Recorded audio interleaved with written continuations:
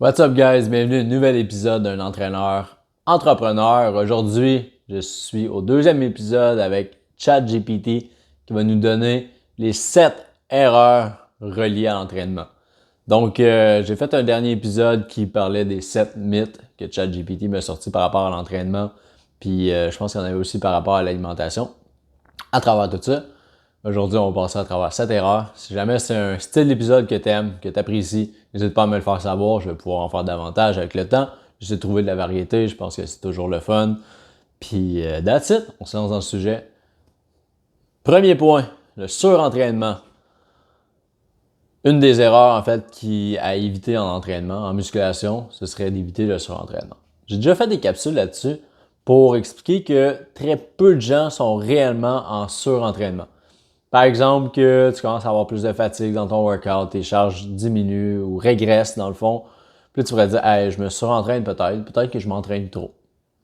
Le point avec ça, c'est que ça va être très rarement un surentraînement parce que pour être en surentraînement, techniquement, il faudrait que tu t'entraînes des 3-4 heures par jour, pratiquement chaque jour, pour vraiment que tu sois en surentraînement. L'autre point, la virgule par rapport à ça, une sous-récupération pourrait mener à un surentraînement, en guillemets pour ceux qui écoutent sur Spotify. Parce que ce qui arrive, c'est que si tu ne récupères pas assez, si tu dors pas assez bien, si tu manges pas d'une bonne manière, tu t'alimentes pas comme que ton corps aurait besoin, puis que tu t'entraînes mal, ou que tu as trop de stress dans ta vie qui soit relié à ton stress professionnel, ton stress personnel, avec ton chum, ta blonde, peu importe, c'est du stress qui s'accumule sur ton corps, dans le fond, sur ta capacité à absorber le stress, va faire en sorte que tu as l'impression d'être en surentraînement, puis tes charges régressent, puis que tu n'es plus capable de progresser dans ton gym. Fait que le point avec ça, c'est que très souvent, l'erreur commune, c'est de ne pas porter assez attention à son hygiène de vie et à l'alimentation, qui va faire en sorte que ça va avoir des impacts négatifs sur ton entraînement. C'est comme ça que je le vois de mon côté. Deuxième erreur, utilisation de poids trop lourd. Effectivement, j'ai parlé aussi dans l'autre podcast. Le poids trop lourd, ce que ça va faire, c'est que inévitablement, tu ne seras pas capable de contrôler ta charge. Tu ne seras pas capable de contrôler l'excentrique ni ton concentrique. Tu risques de pousser un peu tout croche. Deuxième des choses, ça augmente le risque de blessure. On sait que si tu te blesses en entraînement, clairement, c'est la pire chose parce que tu vas arrêter de t'entraîner. That's it. Par la suite, tu vas peut-être être arrêté pendant 2 semaines, 3 semaines si t'es chanceux, mais sinon, ça va peut-être être pendant 2-3 mois si t'es malchanceux. Des fois encore pire, j'en passe, tout dépendant de quelle est la blessure par rapport à ça. Fait que, clairement, que d'utiliser des poids trop lourds, souvent on va voir de l'ego lifting, ça augmente les risques de blessure, moins de contrôle de la charge de l'exercice, donc moins de tension qui est mis dans un muscle ciblé. Surtout quand on parle d'hypertrophie, le but c'est pas de mettre le plus lourd sur la barre. Ben en fait, oui, mais en ayant un contrôle, pas le plus lourd puis en poussant tout croche. Troisième des erreurs, négliger la forme. Ben, je pense que ça vient vraiment avec le point numéro 2, mais clairement, si tu fais un exercice d'une mauvaise manière, ben, clairement, tu vas pas recruter le bon muscle ciblé. Encore là, en hypertrophie, nous, si tu fais un bicep curl, c'est ton bicep que tu veux travailler, c'est pas ton épaule parce que à chaque fois, tu swings pour aller le porter en avant. Tu comprends? Fait que tu vas enlever de la tension sur le muscle ciblé. Ensuite de ça, encore une fois, ça augmente les risques de blessure si tu négliges la forme. Puis, on va passer le reste que on veut pas que tu passes dans les on veut pas que tu passes dans les vidéos de fail sur YouTube d'une personne qui fait du coup avec le lying, leg curl. Là. Fait que ouais, ça m'a bien fait rire, moi. Quatrième point, surentraîner des muscles visibles uniquement. Ça revient souvent à ça. C'est facile de surentraîner le bicep. En fait, je vais changer le mot surentraîner là, parce que je pense pas que c'est exactement ça, mais entraîner seulement les muscles qui sont visibles. Souvent, ça va être le devant. On entraîne beaucoup de front delt, on entraîne beaucoup de chest, beaucoup de biceps, beaucoup de quads. Si on se tourne de dos, par exemple, et là on voit pas, mais les ischios sont où? Ah, les mollets sont disparus. Triceps, d'habitude, ça va quand même bien chez la majorité des gens parce que Quand tu te regardes dans le miroir, tu vois quand même très bien le triceps et le biceps. Tu vas voir la section des trapèzes, real delt, inexistant, un dos. Les lats, on essaye quand même souvent de les travailler, la majorité du monde. Par contre, c'est très difficile de bien les contracter. On va toujours travailler les rhomboïdes, tout le reste du dos, parce que les lats, c'est quand même quelque chose qui est un peu plus technique. Mais l'affaire avec ça, c'est que beaucoup de monde vont mettre l'accent sur les muscles qu'ils voient. Fait que, si on parle des jambes, ça va être beaucoup les quads. On parle du haut du corps, ça va être beaucoup le chest, le devant des épaules, c'est ça qu'on voit beaucoup. On oublie de bien travailler sur le dos, les ischios. Fait que ça, c'est une erreur qui revient quand même souvent, qui peut, encore une fois, amener des blessures sur le long terme, mais qui emmène aussi à un déséquilibre musculaire. Après ça, si on regarde au niveau du physique, ben, clairement, ça change pas mal le look d'un physique. Aussi, effectivement. Mais il y a aussi une explication par rapport à ça, c'est que le muscle que tu vois, c'est beaucoup plus facile de le contracter parce que tu es capable de le visualiser. Le muscle dans le dos, les ischios, pour beaucoup de gens, c'est plus difficile de le contracter, de bien le sentir, d'avoir une connexion cerveau-moteur. Je sais pas si tu as déjà entendu ce terme-là, c'est que tu es capable de... Par exemple, moi, je pense à mon biceps, je suis capable de le contracter juste là en parlant. Là. Ce qui est plus difficile, c'est de contracter ton ischio quand tu parles. Le quad, pour moi, c'est super facile. Ischio, faut que je joue un peu, faut que je m'assieds un peu dessus pour être capable de le contracter. Puis pour beaucoup de gens, c'est la même chose.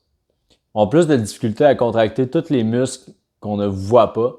Donc, ce que ça fait, c'est que quand tu vas aller travailler, par exemple, ton dos, tu as moins de facilité à le contracter de base. Quand tu vas faire ton mouvement, tu vas recruter moins de muscles. Donc, créer moins de tension aussi dans ton muscle. Tu vas avoir de la difficulté à l'hypertrophier puis à le faire grossir.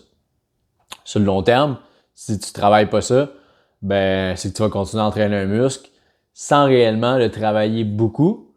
Donc, il continue à être un lagging part. Fait que, dans le fond, il continue à être un muscle qui tire de la patte, je peux dire comme ça, qui est moins, c'est ça, qui tire de la patte. Puis, à ce moment-là, ben, c'est que ça continue à juste être un muscle qui va être moins bien hypertrophié puis qui augmente encore le risque de blessure. Puis, physiquement, après ça, ça apporte des déséquilibres. Fait que juste de faire attention à ça. Je peux donner un tips pour améliorer ta contraction sur des muscles que tu as plus de difficultés, je peux dire ça comme ça. Par exemple, on parle du dos. Pour ceux qui écoutent la vidéo, dans le fond, je fais un exemple, un iso hold. Fait que je vais tirer, je vais tenir le plus contracté possible pendant 10, 15, 20 secondes pour être capable de sentir une brûlure dans mon muscle. Même chose dans l'ischio, c'est le meilleur conseil. Tu te mets sur un exercice qui a forte tension de contraction, par exemple un seated leg curl. Fait que tu es assis et tu tires les jambes vers toi, tu travailles les ischios. Tiens ça en partie contractée le maximum de temps, ça va être pendant 15, 20, 30 secondes, pour sentir que ton muscle travaille et qu'il brûle. Par la suite, tu pourrais commencer tes séries avec ça. Fait que, ou encore faire à chaque répétition, tu tiens 3 secondes en partie contractée. Ou est-ce que tu contractes au maximum, là? Puis par la suite, ça va t'aider à développer ta connexion cerveau-moteur, comme j'aimerais dire. 5e point, pas assez de variété dans les exercices. ChatGPT me remet en question. Ben effectivement, c'est sûr que si tu fais constamment les 3 mêmes exercices, tu vas manquer de... Parce que ce qui arrive, c'est qu'exemple, quand on parle du chest, le chest a des fibres musculaires en éventail, et tu veux travailler plus les fibres du haut, les fibres du milieu, puis les fibres du bas. Fait qu'effectivement, je pense que si tu n'as pas assez de variété dans les exercices, il va te manquer certaines choses. Mais moi, j'aimerais quasiment modifier cette réponse-là pour trop varier les exercices. Parce que je pense que ça, c'est une erreur qui revient plus souvent que de ne pas assez les varier, selon moi, de ce que j'ai vu dans les gyms. Qu'est-ce que ça fait si tu varies trop tes exercices, puis surtout trop souvent?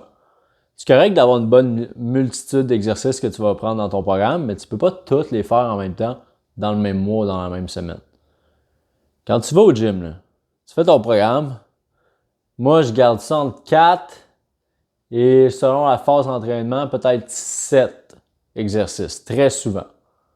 Si tu veux te rajouter un exercice d'abdos à la fin, tu sais, des fois, exemple, tu mets 2 ou 3 exercices d'abdos, je ne vais pas compter eux, mais 4 exercices que je travaille réellement, parfois 5, parfois 6, puis parfois 7, mais c'est plus rare.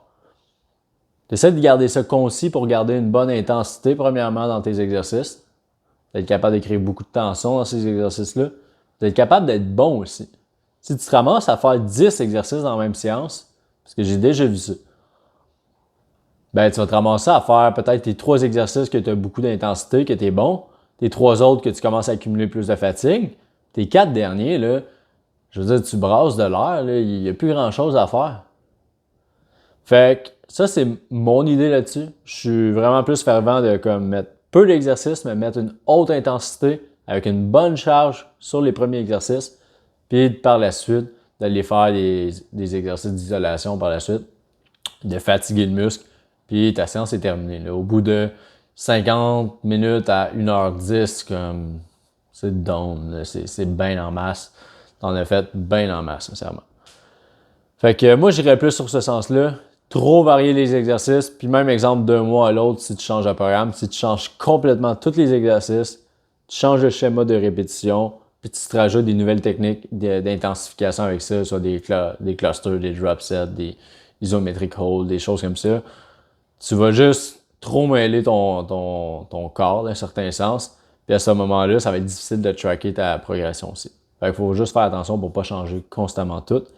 Puis moi, je pense qu'au contraire, il y a certains exercices que tu peux garder pendant 1, 2, 3, voire plus encore de mois sans problème si tu sens une certaine progression juste en changeant soit schéma de répétition, soit le tempo, soit une technique d'intensification à travers ça. Selon moi, ça va être excellent pour ton hypertrophie, gagner de la force puis gagner de la masse aussi. 6e point, ignorer la nutrition. Je pense que ça va de soi, là. Mais c'est quand même quelque chose qui est souvent mis de l'avant. La personne dit, je m'entraîne super fort. L'alimentation, j'ai pas vraiment besoin de checker ça. Je suis quand même en shape de base. C'est souvent les gens qui ont quand même des bons résultats, mais qui pourraient avoir vraiment mieux s'ils mettraient l'accent sur leur alimentation.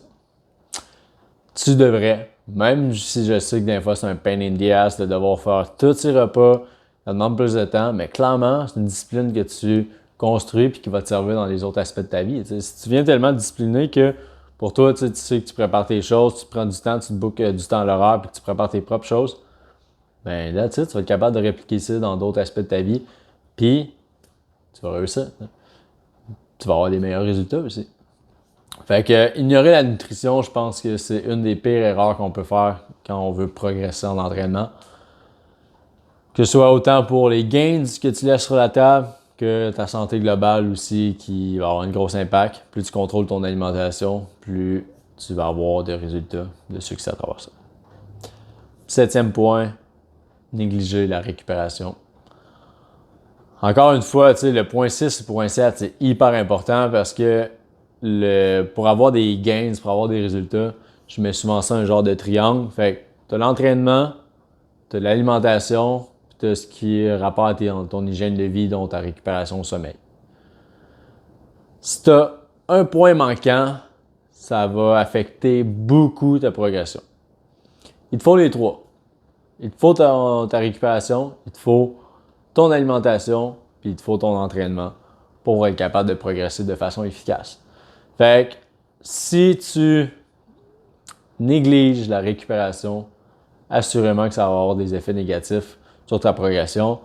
Plus de fatigue, moins être capable de monter tes charges rapidement, même parfois pire, de la régression, plus de risques de blessures. La motivation qui va descendre parce que si tu récupères pas ça, à un moment donné, tu vas devenir fatigué. Puis, tu es plus fatigué, ça va jouer sur ton intensité au gym, tu vas avoir moins de résultats. Tu as moins de résultats, ça va jouer sur ta motivation. Tu as moins de motivation, tu vas peut-être jouer sur de la constance. Puis là, c'est une méchante game que ça part de là. Ça part de ta récupération. Puis même, exemple, si ta récupération, ton sommeil est de piètre qualité, ça va avoir des impacts sur ton niveau de faim. Fait que souvent, tu vas avoir plus des fringales, tu vas manger plus sucré, plus salé, tu vas cheater, tu vas avoir moins de résultats au gym. Si tu cheats, tu risques d'avoir des moins bonnes performances au gym aussi, qui va jouer ensuite sur ton discours mental. Tu vois, genre un peu, on pourrait s'éterniser longtemps là-dessus, mais assurément que tout ce qui est par rapport à hygiène de vie, récupération, sommeil, va avoir un gros impact sur ta progression. Fait fais attention à ça. C'est ce qui conclut notre épisode sur les 7 erreurs qui reviennent le plus souvent en entraînement selon ChatGPT. Si tu as aimé l'épisode, n'hésite pas à le partager avec un membre de la famille, un ami, ta communauté, peu importe qui tu sens que ça pourrait aider au travers le processus. Je le dis rarement, mais si tu veux laisser un 5 étoiles parce que tu aimes ça, ça va faire... En fait, ça va aider le podcast à se faire plus connaître. Moi, j'apprécie, ça laisse aussi une preuve que tu as aimé l'épisode. Puis nous, on s'en reparle dans un prochain épisode bientôt.